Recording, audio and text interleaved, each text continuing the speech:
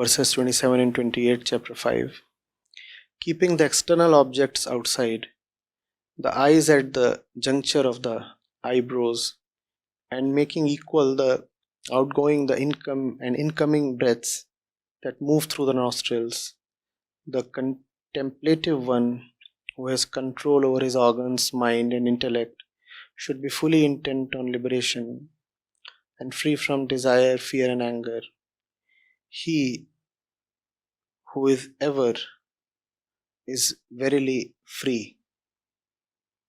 So, the question says, why is Sri Krishna recommending us to do physical acts of control such as fixing gaze between eyebrows or breathing in equilibrium?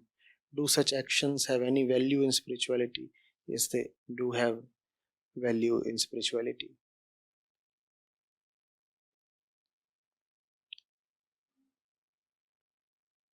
The body and the mind are obviously related.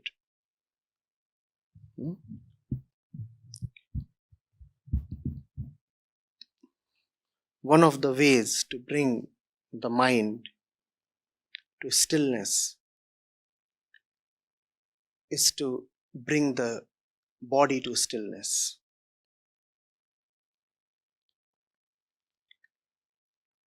Many a times this is the only way. Why? Because the body is gross and easy to perceive.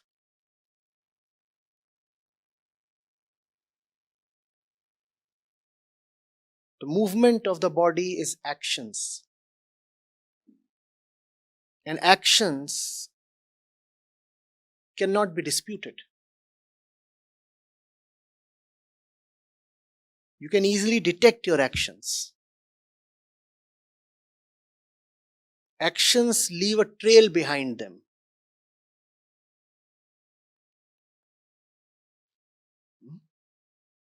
Your actions can be recorded in a camera.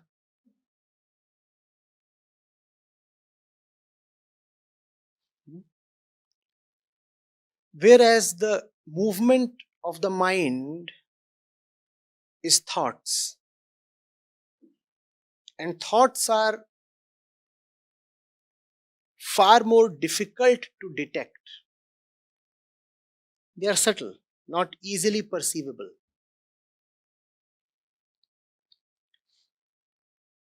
The one who lives in a gross dimension will find it very difficult to detect something subtle.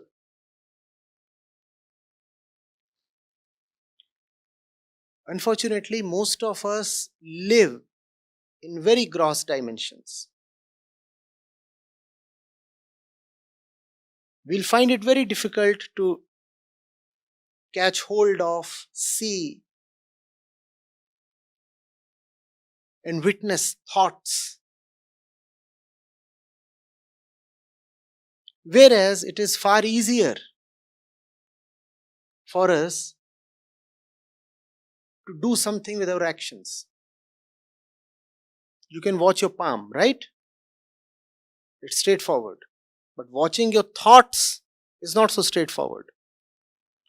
So if you are to do something with your thoughts, it becomes difficult. It is possible only for someone who is living at a subtle level of life, which most of us aren't. Then comes the utility of methods like these. Bring the body to stillness.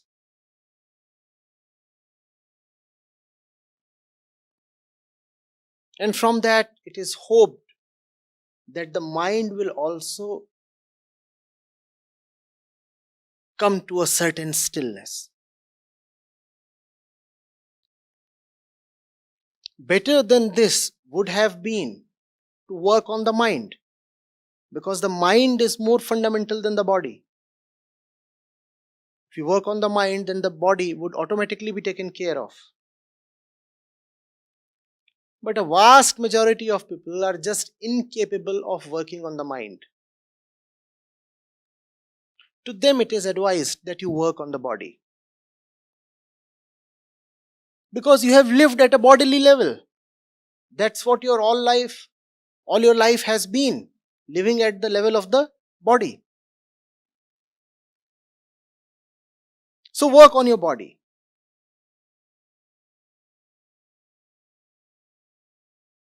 You do not know how to center the mind?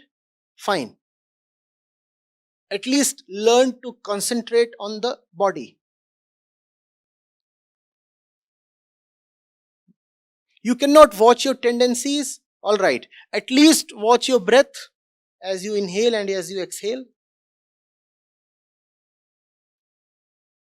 In some way, watching the inhalation and exhalation of breath is parallel to watching the rise and fall of thoughts.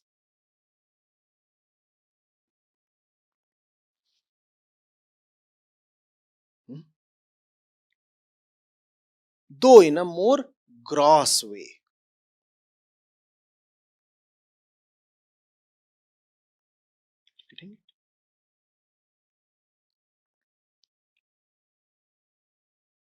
So just as a cause brings about an effect, similarly, if you can somehow create an effect, the effect brings about the cause. When the mind is still, it shows up in the activity of the body. If you can regulate the activity of the body, it will bring about a certain stillness of the mind. Though remember, that is not really the best way to come to the mind stillness. And that is why all physical techniques are just a stepping stone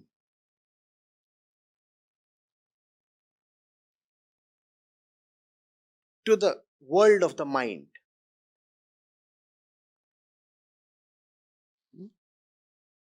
All techniques in which you learn to concentrate in the middle of the eyebrows or you learn to watch the breath are just a form of preparation. They are a preparatory course after which you can step into the real world of yoga. All right. So in case you are someone who is skilled enough and subtle enough to work directly on the mind, you do not need to bother about the body at all. But honestly, if you are not someone who is able to really be with the mind and watch it without attachment, without prejudice, then it is helpful to be a little humble and start with the body.